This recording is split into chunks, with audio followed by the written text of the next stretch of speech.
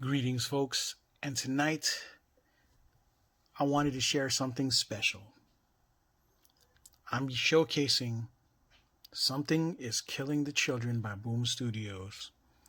I felt that it's finally appropriate to share it at this time of the year, given the month and the horror theme that I've been doing this whole month so far.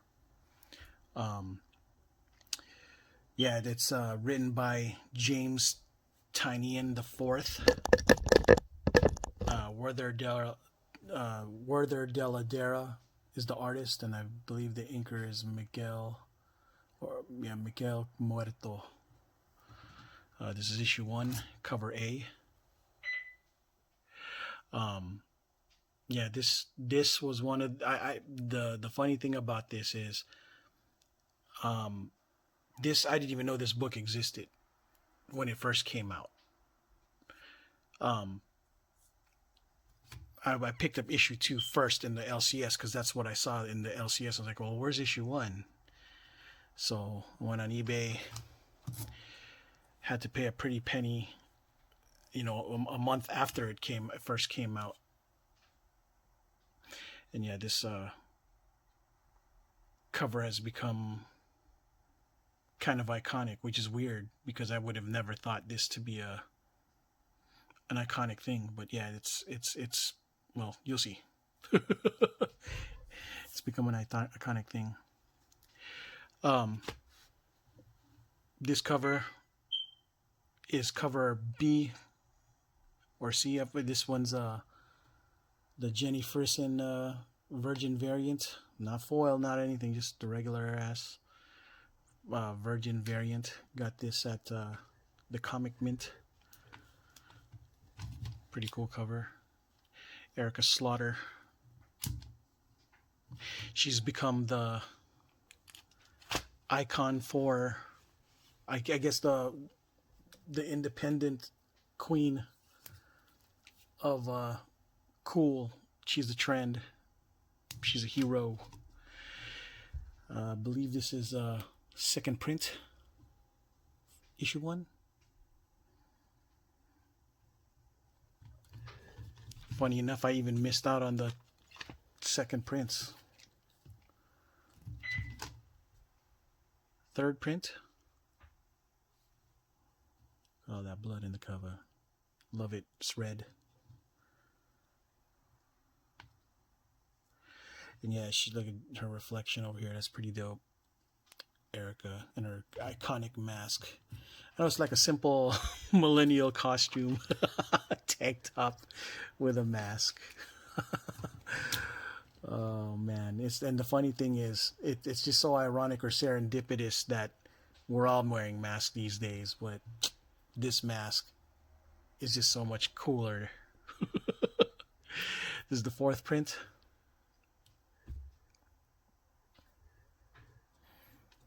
See I'm not sure who the artist is, but I'll post it for you guys. And this was my first encounter with this book. I'm like, oh, and I love me some red, which is why it poked out to me in the first place. And that's when I was like, okay, so where issue 1 at? Yeah, I didn't know that. This was the second book that got me picking up all of Boom. First was something Once and Future, issue 2. Ironically, I started with issue 2 too, and haven't stopped since. Issue 2, cover B. Look at this. Got a green kind of theme going on here.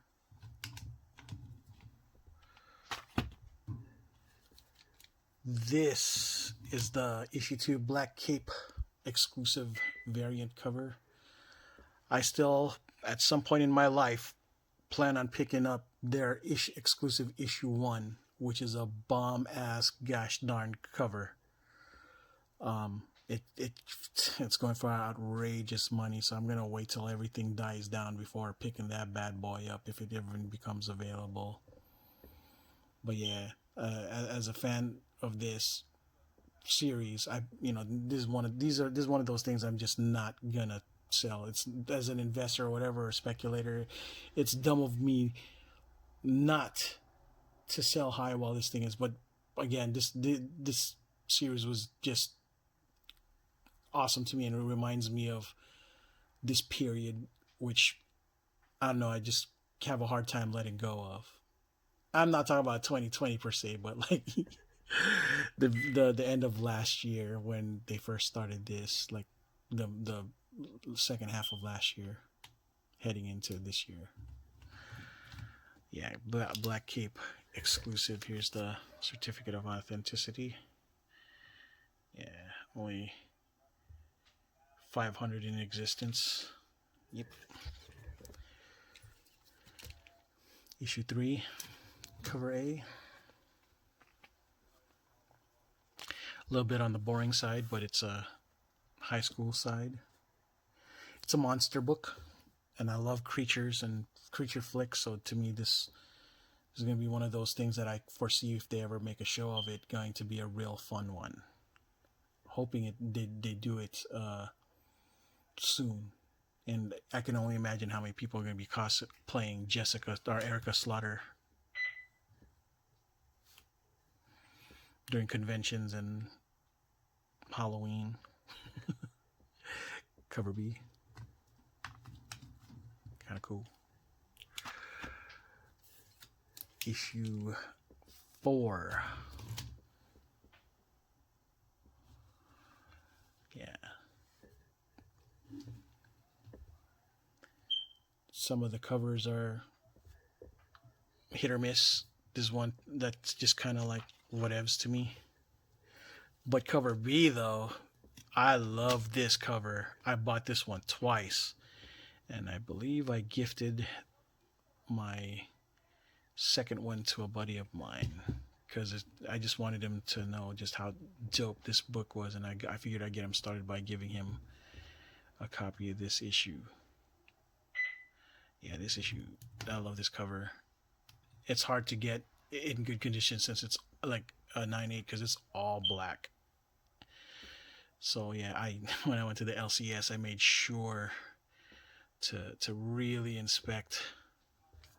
I think it's a candidate. Issue 5, cover A. Yeah, creature feature.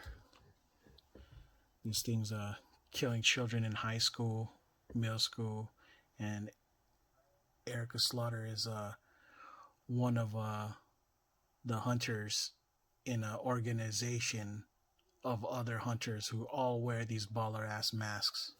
Well, not that one in particular, but like the theme of teeth on their masks. Kind of cool. Yeah, and these things just shred and eat or kill the children like nothing.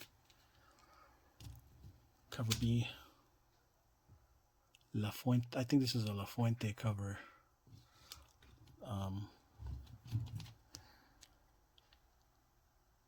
At least that's what it appears to me based on the signature. La Fuente. Yeah.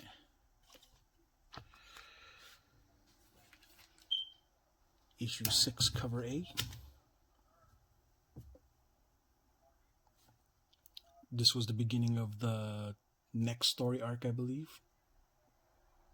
Issue 5 was the end of the first part of the story arc, at least the way it was described in the previews. You know, the Virgin variant.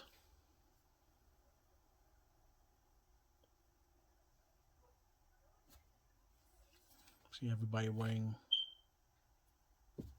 same masks. The Frison variant. I believe this is Jenny Frison. Chainsaw and all. Kind of cool. All right. Issue 7. This is a cool cover. I'm a real big blade guy. I love me some fixed blades. I'm gonna be doing videos on that sometime soon too. I'm just fascinated with the look of blades. Never want to use them, hopefully, but I like the way they look. But yeah, it's kind of cool. Issue 7, second print. You know how I feel about them second prints. Lower print run than the first, most of the time.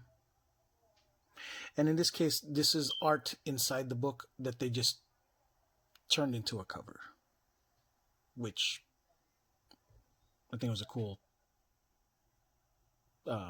segment to choose to make into a cover. Issue 8, first print. Yeah, not really a fun cover. I guess at this point you just gotta kind of be a fan to buy this, but to me this kind of cover doesn't really sell it to noobs. You know what I mean? I think they needed to do something more dynamic, like say the second print, which they obviously use the inside art here too, and just kind of turned it into a cover. Kind of cool.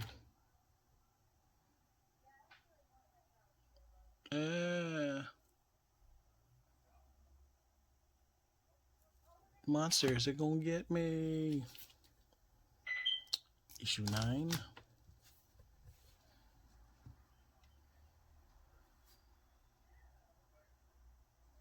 I think it's the title that probably sells. The title is more dynamic than the art. Like, what? That's a pretty long title, and who would think to write a title like this and think, well, it worked, because this series is on fire, and people are buying in, and it also helps that James Tynion the Fourth, who's the writer of Batman in a pretty decent Batman story arc, is writing this to gain more steam. Right. Issue 10, cover A. This was, I believe, the cover of the guys who are in charge of the organization of monster hunters. I got a special treat. The next cover, I don't know if I shared this in a video yet, but bam! This is I believe the 1 in 25 or 1 in 50 ratio cover by DeMeo. Yeah. I love this cover. There's just something about this cover that I'm absolutely in love with. And I'm hoping, I think I inspected this. I think this may be at minimum a 9.6, but I think this is a 9.8 candidate. Yeah, looked at the back and it wasn't bad either. I didn't see no major spine ticks, or if any. But yeah, this one's my favorite cover of the variants. Let's look at it again, because it's just that dope. Yellow eyes and everything. Love it. All right, now issue 11. I showcased this in this week's New Comic Book Day video, along with cover B by Jenny Frison. Jenny Frison. I think she does pretty great covers with Something's Killing the Children. I hope she does more. But yeah, cover A is dope because it's red and she got her posse. And it's supposed to be another beginning to the next story arc. But this next one is the doozy. Bam! The 1 in 100th ratio cover of issue 11, which pays homage, or is an homage to the Department of Truth. Alright? Yeah, the Department of Truth cover A, which is also written by James Tynion IV. The artist, though, is Martin Simmonds. And Martin Simmonds did this cover because last month, or maybe just a couple weeks ago, earlier this month, they did a cover paying homage to issue 1, the Department of Truth issue 1, the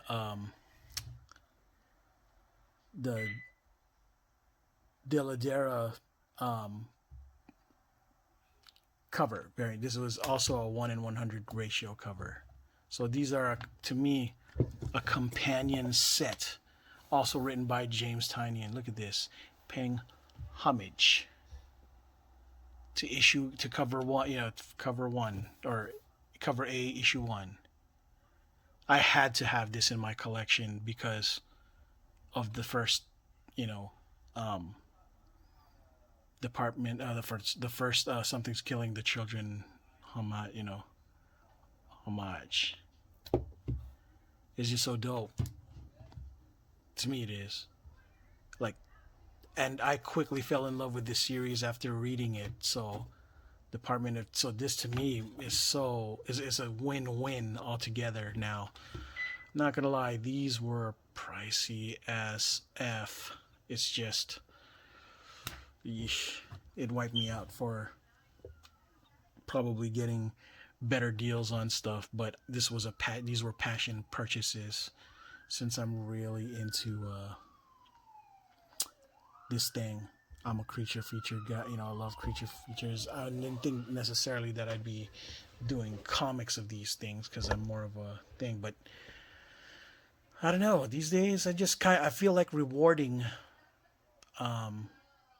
these kind of out of the box non-superhero books, and although they're not gonna last or have the same kind of staying power as like Marvel issues and stuff, I don't really care. This will mark my this period in my life, as much as there are some series that throughout my life just I will not let go, just because they mark that period of my life that where it was important to me. Like one of the cool things, the highlights of my life in those times, and this just happens to be one of them. Something like Killing the Children kept me motivated to come wake up and do stuff, the next day, the next week, keeping me excited about stuff. A bunch of other comics too, but this, I really look forward to this. But yeah. Like certain books, they're not worth anything anymore, but to me they're period pieces. And like for example, I picked up a bunch of, well, as you guys see, I've been showcasing them. Ash, the Ash Arachnus. I had to buy some of them back because I don't know if they were stolen or what. Like my house was. I just know that some of my comics weren't all there, so I had to rebuy some of them, and I'm hoping, this case that I'm not going to end up having to do the same with these. And it's a good thing that the issues were cheap and nobody cared about Ash anymore, which is why I was able to buy it for, I had no problem being able to afford those issues again. But had they blown up, and then it would have been sucky that I didn't maintain my copies. But yeah, even though I know that they're not worth anything now, I mean, I just hang on to them because they remind me of times when I was, when it cheered me up.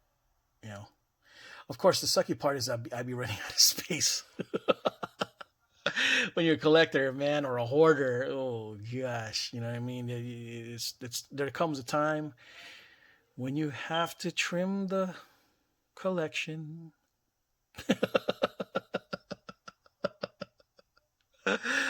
I know a weak attempt to sing, We Are the World in a comic book manner, but all right, folks, thank you for watching. I'm going to do another video soon of another series, also by Boom Studios, which is also very appropriate to this month. And I may have to do another one of it later on when it's actually complete, but I can't help myself. I just have to share it because I feel that it's one of those things that have to be shared in this time period or this time of the year. Okay, horror is just what's up in this time of the year. So, all right, folks. Until the next video, ciao.